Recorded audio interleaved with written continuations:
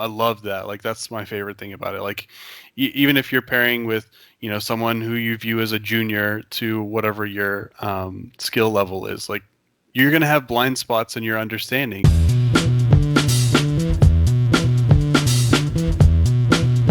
Hey, what's up, Dev Crew? Today I'm with Andrew Quarter, who you pronounce it just like a quarter, and he has 10 years of professional software development experience. He's currently a VP, head of development at Meritize, where he uses XP to help build products that help people upskill and get funding or loans to go and upskill themselves. So basically, it's like non-traditional. It's like would it be for boot camps and stuff like that, Andrew? Yeah, so that's a pretty good example. We have a lot of schools that we partner with. So General Assembly is one of them that they do a lot of different boot camps. And so we help with mostly training programs and then help people get funding using like a clever algorithm for scoring academic data. Okay, so it's like it's where you couldn't get a like traditionally these people might not qualify for whatever reason, like income or something like that, but you use other factors that help them to be able to basically get out of basically rise above their current financial situation and get a better income. Exactly. Um, so like a high school student coming out of high school usually doesn't have a whole lot of credit, so they have to fall back on having a good qualified cosigner.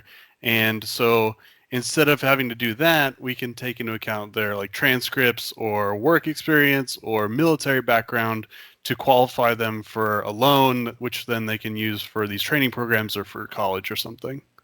That's awesome. So Mhm. I have the marketing thing here. It says Meritize hashtag is helping helping close the skills gap and build skills based careers. I think it's really cool. It's a great is that kind of what led you to you recently how recently did you start working at Meritize? So I started in October of last year. Uh, Prior to that, I was doing consulting. I had started my own consultancy with a couple of friends, and so they, got me hooked with this like really awesome plan and mission, and the opportunity to kind of build out a team. And so I couldn't jump on fast enough. Right. So you really got behind the mission of Meritize. Hmm. That's awesome. So you guys are currently hiring, right? That's correct. So what roles are you hiring for? Why don't you just tell us about the other roles that aren't just software engineering too, in case someone's watching this or like, oh, I know someone who could do that. The company is growing very quickly, so it's one of the fastest growing startups in Dallas right now. So we're on one of the top 10 lists there, which is really awesome. And so the whole company is probably 75 to 80 people, and the development team is rather small. So we have like design, product management, and development positions open. And so, we're trying to hire definitely several more like senior and junior and mid-level developers, as well as like product managers to build out dedicated product teams, and then create really awesome software for the company.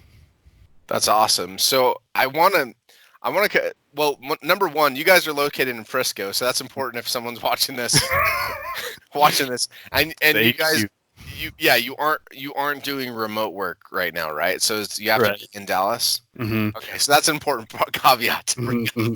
This is true. up. Okay. Um, so, but Dallas has, usually great weather most of the time of the year if you like heat. So, if you don't Yeah, like cold, it's come been here. cold recently. There's been Yeah. some rainy, overcast days, but yeah, Yeah. we're in like the downtown Frisco area, and in the building we're in, like the top few floors is the gaming company Gearbox, like the Oh, cool. game development company. So they have like the top floors in the building we're in, so we get to see all the cool games that are coming out from them. Do they let you beta test them? Oh, I wish. I don't know if I'd be any good at that anymore, but Right. I don't know if I don't game much anymore myself either. So the other thing that's really important, and one of the reasons why I brought you on, besides being awesome, we actually met at an interview at Pivotal about 2 years ago. I mhm. went in there and I was interested in Pivotal because you did what's called extreme programming. You actually do extreme programming now at Meritize. Can you tell us a little about what extreme programming is and why you like it? Sure. So, extreme programming in general is uh, taking a different way of doing Agile from like the traditional Scrum, and kind of taking it to the extreme, if you will. So, some of the practices or tools that are in that toolbox are paired programming. So, you have two developers working on one computer. So, you have like two monitors, two keyboards, and two mice, but focused on one thing at the same time. That's one of the most well-known things of it. And then you have things like test-driven development and CI/CD, like the continuous integration and delivery, as well as like other things like sustainable pace and whatnot. So this is kind of a side, but what type of version control stuff do you guys do? A single trunk?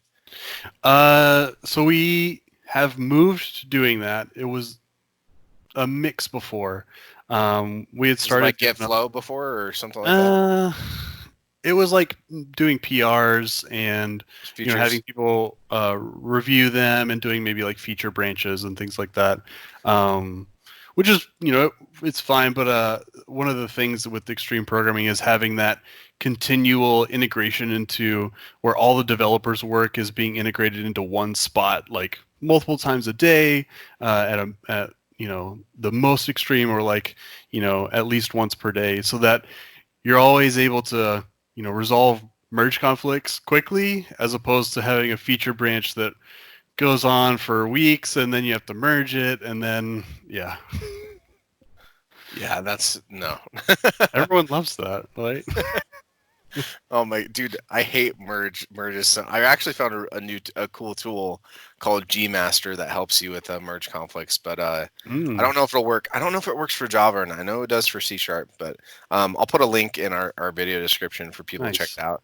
But why don't before we go deep into some of these practices and uh, you know ha- tell people like is Meritize kind of let people know is Meritize and those and extreme programming good for them, right? Because you guys do extreme programming. Can you tell us a little bit about your programming journey? How did you get into coding? Did you go to school? Stuff like that. Sure. So I growing up was really into video games, and I used to play StarCraft, like the original StarCraft, like all the time. And I got really into the map editor with that. And so you can create your own custom maps and like have triggers where you like spawn units, and you can have like build out your own storyline almost within this map editor. And so I got really into that. And so from that point on, I kind of knew I wanted to do something with computer programming, because within that editor, you're basically doing if statements and like triggering things. And so that was my guilty pleasure and like how I started with everything. That's awesome. And so in high school, I took a couple of computer science classes, and then in college, did CS. And so I went to Texas Tech University and completed my bachelor's. And then I was playing like way too many video games. I was playing like World of Warcraft at that point, because it was like the height. Like Lich King was at its all time high, so I was like, I don't really want to graduate yet, so I'll just do like this master's thing. So so I ended up doing like a 5 year thing where I ended up getting my master's in CS, mostly because I was addicted to World of Warcraft. But That's awesome, dude. yeah, At least you're honest about it. So yeah, I mean, video games are awesome. So that's pretty cool. So when at what point did you start doing extreme programming? Because uh, like for those who are, let's say for those who don't code, most shops don't do extreme programming, right? Like Mhm. from what I've seen in charts, and it's probably less. It's like probably 1 in 100, 1 in 200 shops that do it. So, Mhm. what was the first company that you're like, yeah, cool, let's do it? So I joined a small nonprofit, the American Thrombosis and Hemostasis Network, or ATHEN for short. Uh huh. And it was in Denver, and I just joined this small team doing Ruby development. So we were doing like Ruby and Rails, and they were a client of Pivotal's. So they had gone through and had like multiple iterations of different products that had not gone super smoothly, and they're like, all right, we're going to do this pivotal thing and we're going to try extreme programming. And they went full bore and adopted it, and we're doing it every day as a team. And so that was my first experience with it. And I got to work with some really amazing people there who love tinkering, love coding, and are heavily invested in learning. And so that's how I initially got started with it. And it was so different from the rest of my experience in software development. Like had started my career in a large DoD company, and there were no tests. Like you just got really good at manually QAing your stuff, and it was stressful. You had to make sure that all the widgets lined up, that you looked for edge cases, you tried to break it as much as you could, and pray that like whenever it got integrated into the master branch, that it didn't have a conflict with somebody else's stuff. And so it was so stressful, and having the collective code ownership that comes with XP, and like a team mentality of like, all right, we're gonna, if we mess up, then it's on all of us. Like we need to help each other and have each other's back. And so that brings down the stress. And then you add in like the nice test suite and writing tests first, which increases your understanding of what the code is actually doing. That de-risks everything for you. And so I went from like stressing and like looking at stuff, like, oh, is my stuff gonna work in production, to, oh, all the tests are green, so I can ship this to production. Right. Hmm. So I really like that idea too, because I actually just hate manually testing my stuff. Yeah. And I'm just like, well, it's like you have to do it to some point, but it's like, and then I just get super, like, I have a super paranoid like, I'm like super paranoid about my code. I'm like, I made this little change, and I have to go do all these manual tests Hmm. again, Hmm. just in case, Yeah, just in case, right? Because there's like, I don't know always for sure if there's, unintended consequences. right. And like, I've realized now that like how you architect things and how you like breaking code out can help with that. But, um, yeah, I want to dig into TDD a little bit more in a bit, but first I want to say like talk about what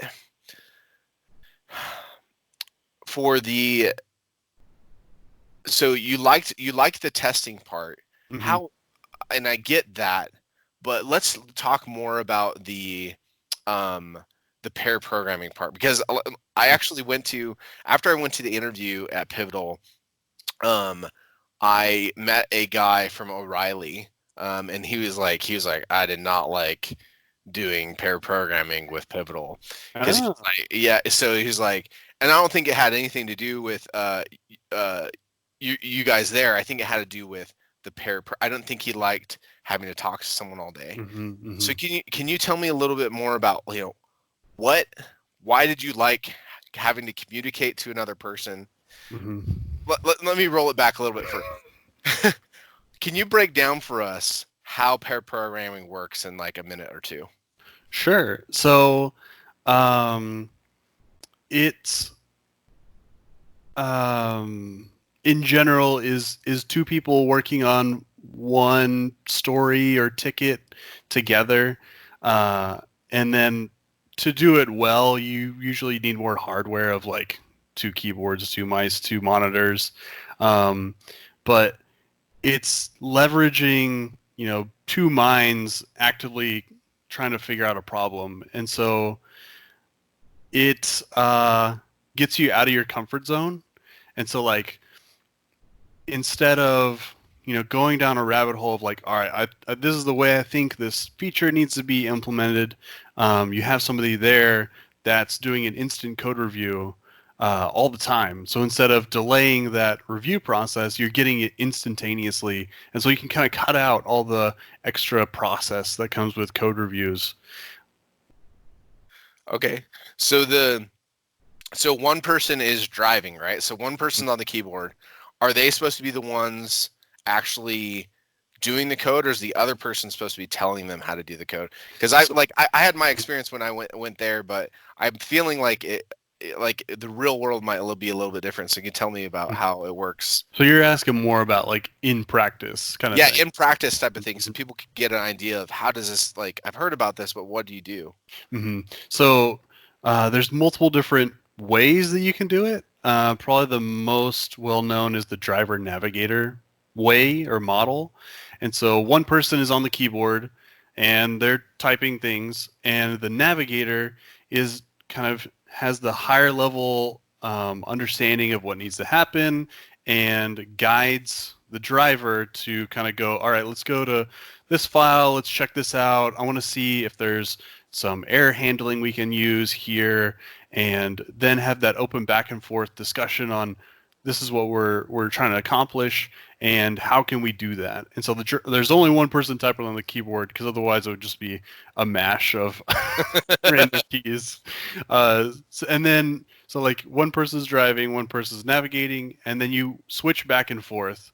So one person is not having to type all day, and the other person just kind of gets to sit back and say how everything should kind of go. Okay, so I get that part. So in your experience, are you typically telling the other person exactly what to type, or is it more of pseudocode and they're getting to do the implementation part? It depends. It depends on how comfortable someone is in that stack. So, the one of the nice things about pairing is you can sit down with somebody and they could be like a Java guru, and you could know zero Java, and you could be the driver, and they can tell you like, all right, if I was at the same level of Java expertise, then we could talk at a higher level. But because you don't know Java, I may tell you some syntax stuff of like, all right, don't include the public here and do this and this, and then you're learning Java on the job and like as you're doing things, as opposed to like looking at a book or doing an exercise and then coming back. So you're productive as you're learning, which is really nice, and it ramps up the team very quickly in whatever stack that they're using. So you mentioned that earlier about like kind of continuous learning, or is it, did you find that you learned much quicker going into this role since you were able to pair and kind of gather a, another person's knowledge?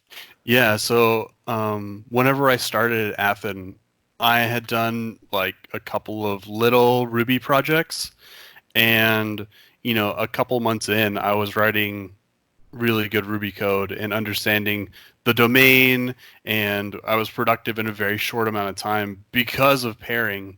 Like, there's no way that I could have been that productive, just being sat down and like, all right, here's the job, here's a book of Ruby, have fun. Right.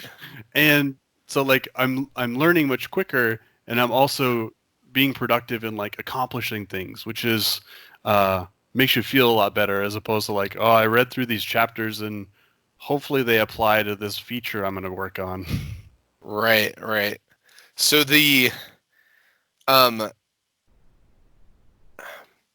so let me go back again to the original thing. How do you know who, like, if someone's watching this right now and they're like, okay, this sounds cool, but how can I know, like, what type of personalities or what type of mindsets do you have to have or adopt to Hmm. be successful as a pair programmer or someone that's practicing extreme programming and TDD?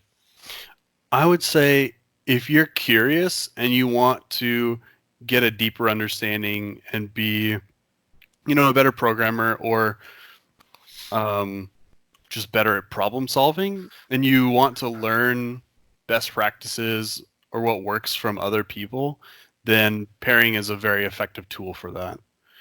So it doesn't have to be like, all right, I'm gonna pair now for like 8 hours every day. Like you could do, anytime you're working with a colleague on a problem, like, hey, come over and like let's look at this thing together. I need a second set of eyes, which you can start by time boxing it and say like, all right, we're gonna do this for 2 hours, and that way we're not super exhausted.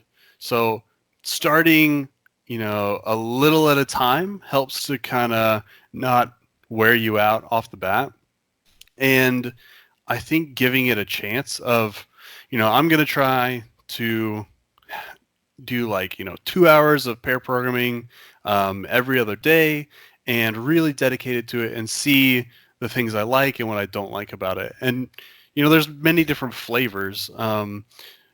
So, so there's a lot of different opinions about when to pair and like when is it the most effective. And some people say, oh, if I'm doing like, database configuration, I don't need a pair on that. But one of the things with pairing is it spreads that knowledge across the team. And so you're like rotating either like either each day or like weekly or something. And so that knowledge of all that configuration can spread. So, if somebody wins the lottery and they don't want to come back to work, then you're not, hosed, right? I like that you didn't use the bus analogy. It's hilarious. It's a little nicer, right? Like, It's a little nicer. oh, win the lottery, see ya. Maybe it's the people that made up the bus analogy didn't like their coworkers. So, Mhm. um, so that's cool. So you mentioned something else there that I think is interesting. So you said, if you want to be able to learn this other stuff, do you have to be really like, have you seen people that have been very introverted and like just the people who like to go and just, code like by themselves in a corner all day? Have you seen those people be able to open up and become good pair programmers? Hmm. I have. It definitely is draining. Like so having an understanding of if you're an introvert and like it is draining to talk to somebody else the whole day, then taking breaks throughout the day of like, all right, I need some alone time or something. Like let's take a break at like 10:30 for like 15 or 20 minutes, and maybe a break at like 3 or 3:30 for 15 or 20 minutes, so I can recoup that energy to be productive through the whole day.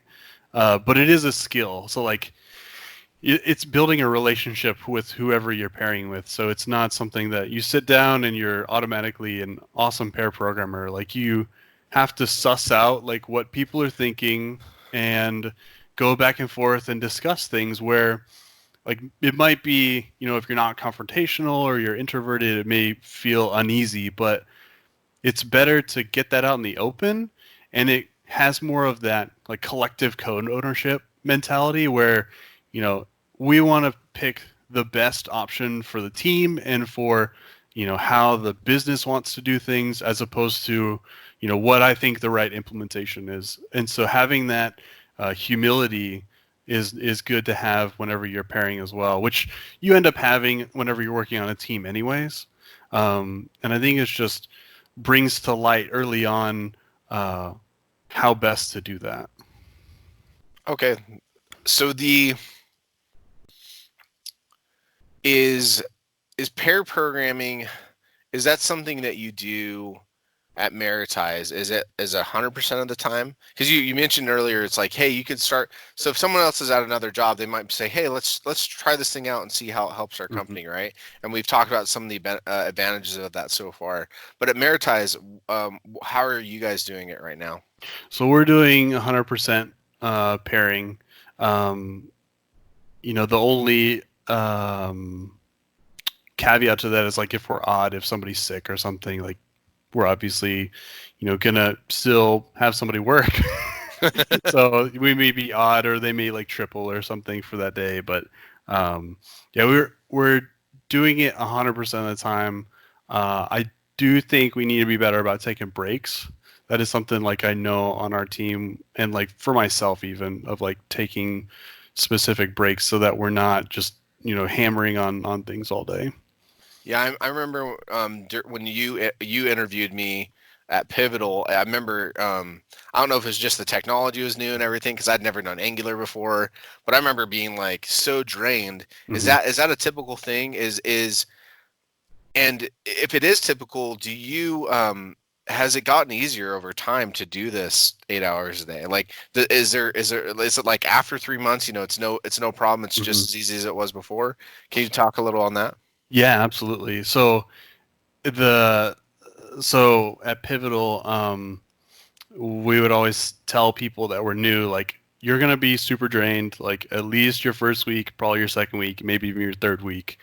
Get plenty of sleep. Like, it's okay, it's expected, because it's different for a lot of people. Pivotal really cranks everything up to 11 to kind of show how things work in this, true XP and very dogmatic and like opinionated fashion.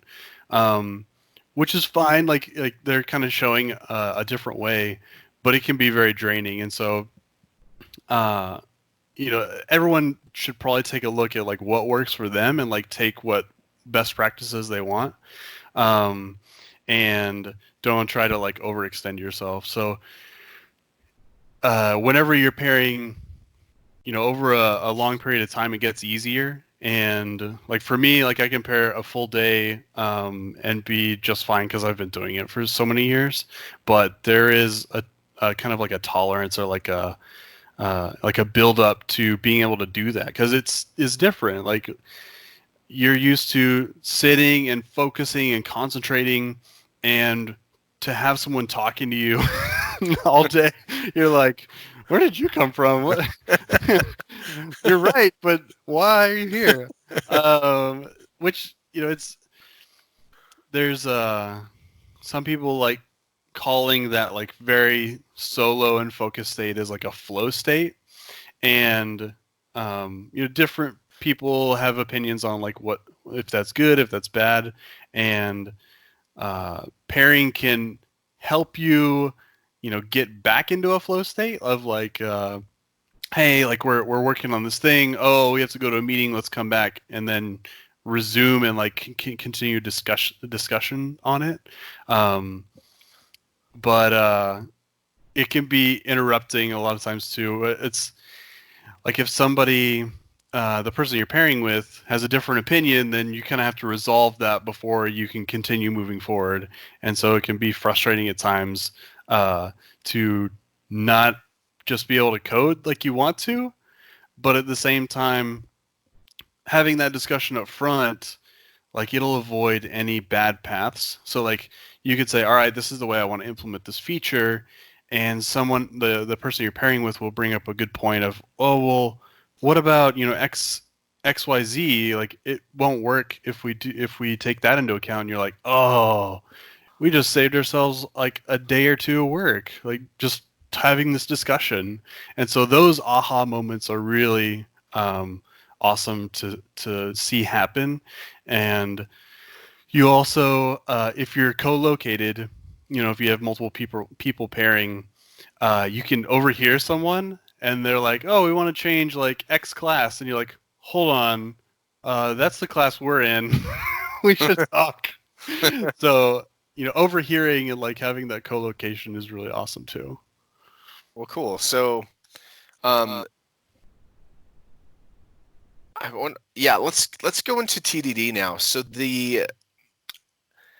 what have you noticed from a productivity standpoint of how TDD helps you to be a more productive developer, and why do you like it?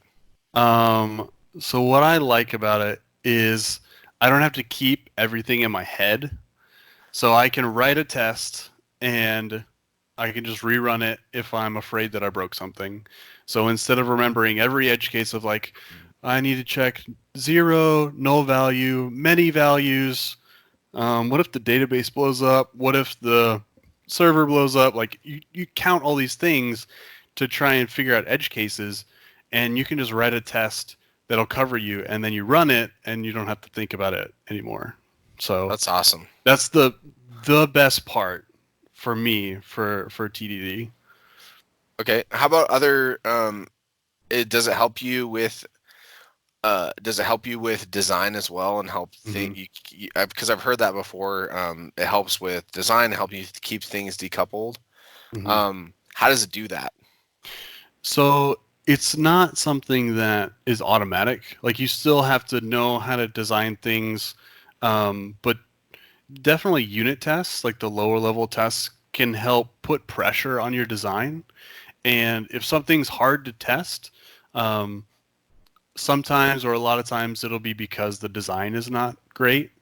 And so that can give you kind of like a hint to where if you're listening to your tests and like, oh, hey, I have to construct like 800 different things just to run this little unit test, like maybe I should do it differently. Um, so it it gives you that feedback of knowing when something is kind of feeling not great or like would be a change inhibitor down the road or something if you had to refactor the system. Awesome. So and TDD it stands for test driven development. Some people call it uh, some people prefer test first development or whatever. Um, can you explain? I don't know if we explain exactly how that process works. Can you break that down for us? Sure. So there is a few really good books on it. One of them is by Kent Beck, and it's Test-Driven Development by Example, which is like Yeah, one of the most well-known ones. it's in Java And actually, right? And then I think they have a C sharp version as well. I think you're right. I think maybe there's been a couple of versions. Probably the latest is that. Um, and so there's a cycle. So you start with writing a failing test, like no code at all, just write a failing test, which can be super simple, right? Like assert true equals true, and you're like, oh, that's good. But then if you want the failing version, you say assert true equals false or something, and you get your failing test just to make sure that things like your test suite is working correctly.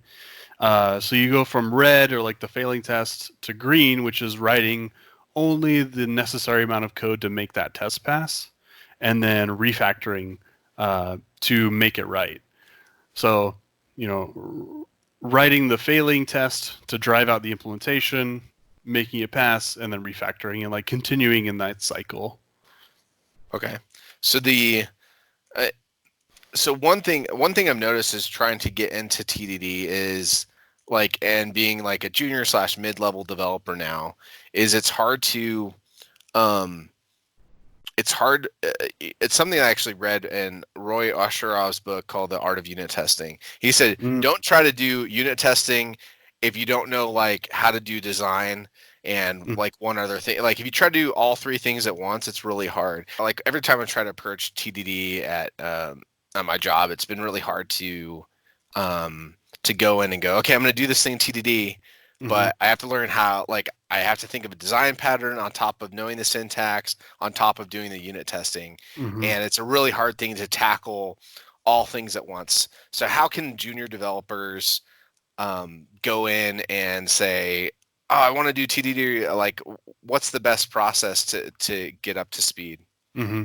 I'd say start simply. Like, if you have like a function that you want to test and you kind of have generally what you want it to do, start with that and start with like the most obvious thing. It helps a lot if um, there's already a nice test suite or like the whole company is doing it. So, like, if you're establishing TDD or like testing in general at your company, then there's a long learning curve of establishing that because a lot of the code's probably not very testable, and so you now need to know how to insert unit tests into a code base, and so that's going to take a long time. So probably like newer development, once you're starting newer things, start simply, right? Like a little failing test for like a function you're using, and um, go from there. Like it's another skill. It's not just, I know how to code and I also know how to test. No, it's a whole other set of skills to be able to write tests and do them well. And so Some of the books like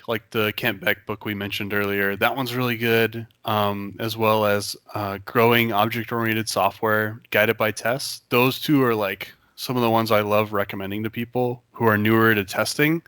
And you can also go to different sites and do code katas. Like exorcism.io is a really good one I point people to, where even if you aren't familiar with the language, it'll give you a test suite, and so you can kind of learn the test, and it'll have the first one there, but the rest of them commented out, and you can kind of TDD in this exercise, and then in that site, you submit your solution, and people will tell you oh, in Python, people usually use list comprehension, so style it that way. That's more Python like, and so you get that feedback from the community, and it'll help you grow, and that's kind of a good starting point. Right. I think another important point too that I've seen with these code kata sites is a lot of people don't focus on writing clean code. They're just like, let me write code golf or let me do this, and it's like you practice how you play, right? So Sure. Yes. or you play like you practice rather. Another cool one I've actually found is TDD Buddy. I've been using this to try to help. I've been trying to do paired programming with people remotely, and TDD Buddy is also a cool one. It has a lot of cool resources on there too. So Nice. I'll check that out. Yeah, so for people. So thanks for giving us those resources. Mm-hmm. So, is there anything else that you like about that XP before we move on to the other productivity questions that you'd like to talk about? XP being extreme programming. Sure. Well, for me, I'm somewhat of an introvert myself, and so I can be draining at times, but I always feel accomplished whenever I leave work, and whenever I'm done pairing with someone, and I'm always learning. No matter who you pair with, you're gonna learn something, and that I love that. That's my favorite thing about it.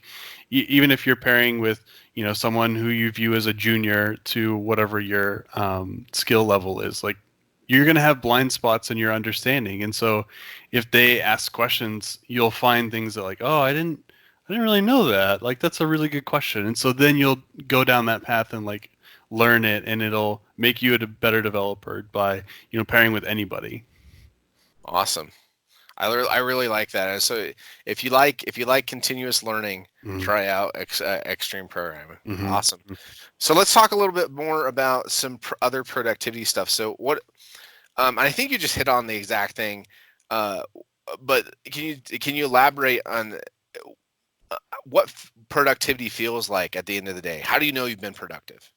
So if it's something that I'm trying to be better about, or help the team, or anything, then I think as long as I'm moving that forward, then I feel productive, which could be investing in the team so that everyone knows some general Java knowledge, or how to write good tests, or more of the business domain, learning more of that. And so if you're constantly learning, then I think you could just extrapolate that to anything and say I was productive today because a number of different things happened.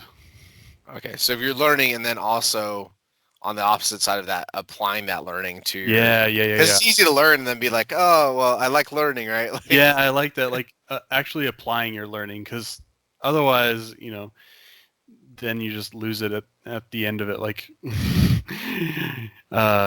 You will obviously lose things as you go on in your career, and it's oh, I used to do shell scripting. I don't remember how to do that now because I've done it in a long time. But right. So because one of the best ways to actually, because I like teaching, and one of the best ways to learn is actually to teach. Yes. So it seems like extreme programming also allows you to, when you go and read a book, or you go and watch a video, or learn a new concept, you're able to go and teach that to another person, and potentially multiple other people. So that sounds like a really cool opportunity if you get to do that in a role maybe at Meritize or another company that embraces extreme programming. Yeah, anytime you have to teach somebody else, or not have to, but get an opportunity to teach somebody else, then you're gonna learn that material pretty good. So, Right. Yeah, that's definitely an awesome point. So, what's your favorite tool for productivity? Be it like planning, or be it IDE, or some other tool that helps you to be productive as a developer? Um, I have I have a couple. So like I have learned so after doing like Ruby development, I was using RubyMine a lot, which is like a JetBrains IDE, and so now I'm done more Java stuff lately, and so uh, understanding like all the different keyboard mappings and like I love keyboard shortcuts and everything. So like multi-line editing either in like VI or Vim and like the JetBrains suite of IDEs, like oh, that's how I get stuff Yeah, done. I've seen you. You're a keyboard master. You make me feel like I'm like 5-year-old just hacking away at a keyboard. So, It's fun. Like I mean, it's taken me years to get to that point, and like well, that makes me you know, feel better.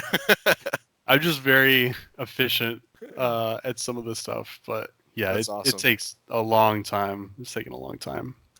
That's cool. So, what's your favorite productivity technique? I guess you could say XP is kind of in and of itself a Hmm. productivity paradigm. But is there any other productivity techniques you like? Have you tried like getting things done, or anything else like that? I've heard about the getting things done stuff. I have not tried it myself, but one thing that I learned from a coworker that I just love and like love doing nowadays is having in Sublime you can create or you can install this plugin called Plain Tasks, and you can have like a to-do list. And so like whenever you're pairing or whenever you're working on stuff yourself, even uh, you'll like be focused, and then there's going to be something that you'll notice that like, oh, I need to come back and do that later, or like I want to fix that. And so being good about just taking that and putting it on a list, like a to-do list that you can come back to, will help you focus and stay on track and like get to completion. And then you can kind of pull back and say, all right, what were the things on my list?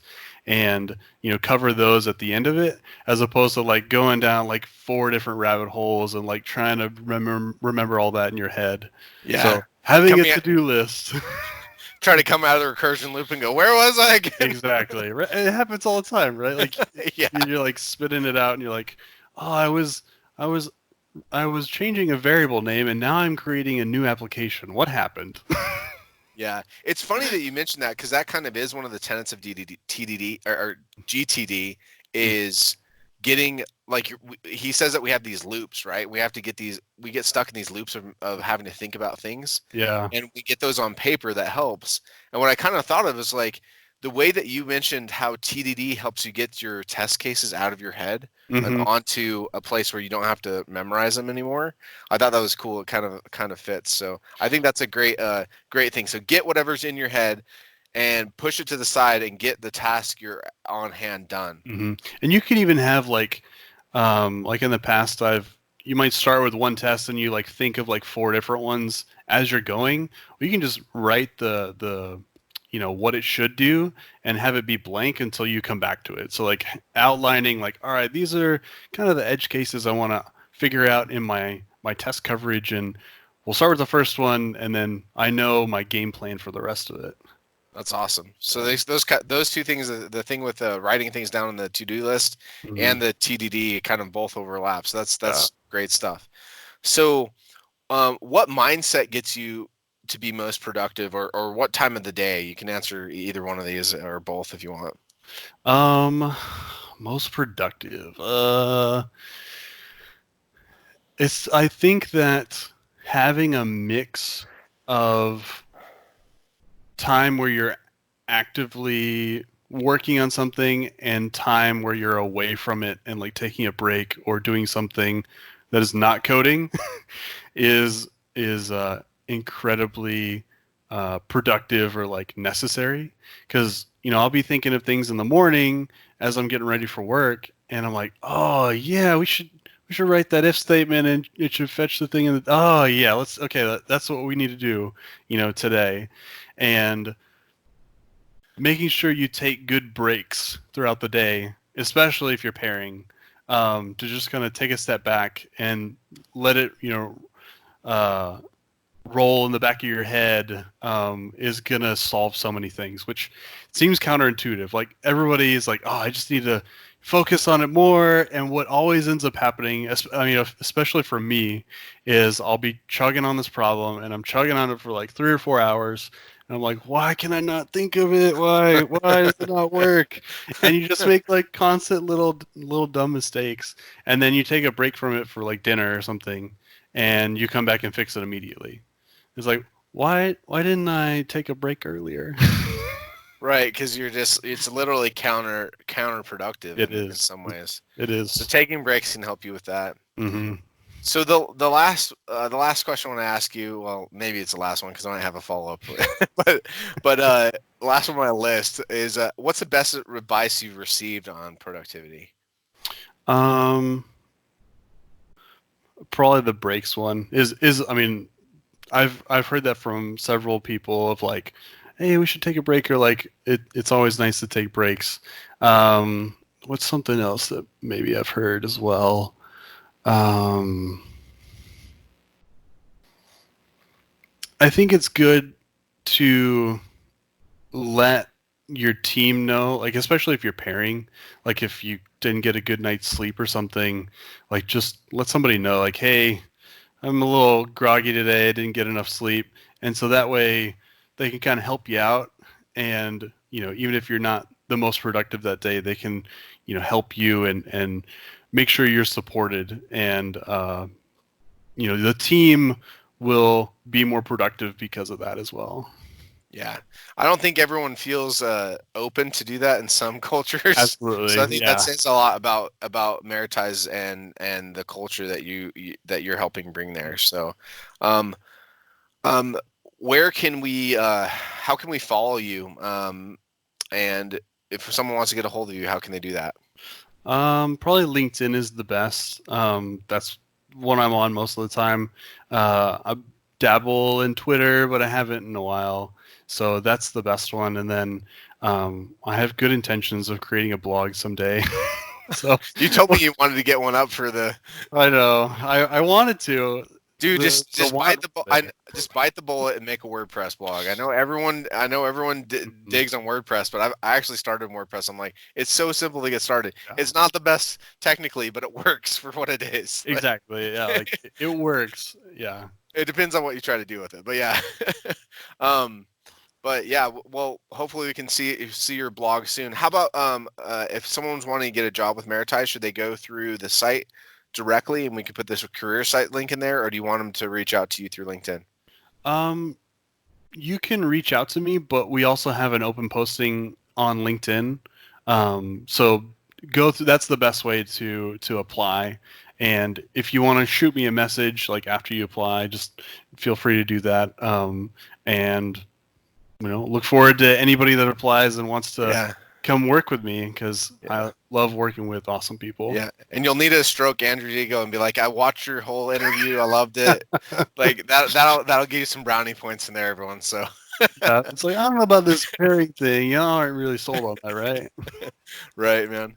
Oh man, it's been awesome to interview you, and thanks for coming on. I really appreciate it. Yeah, I appreciate it. Thanks for all the questions. They were awesome. Awesome. We'll be following you on LinkedIn, and hope to see your blog soon. All right, I'm gonna stand that up. All right, we'll see ya. See ya.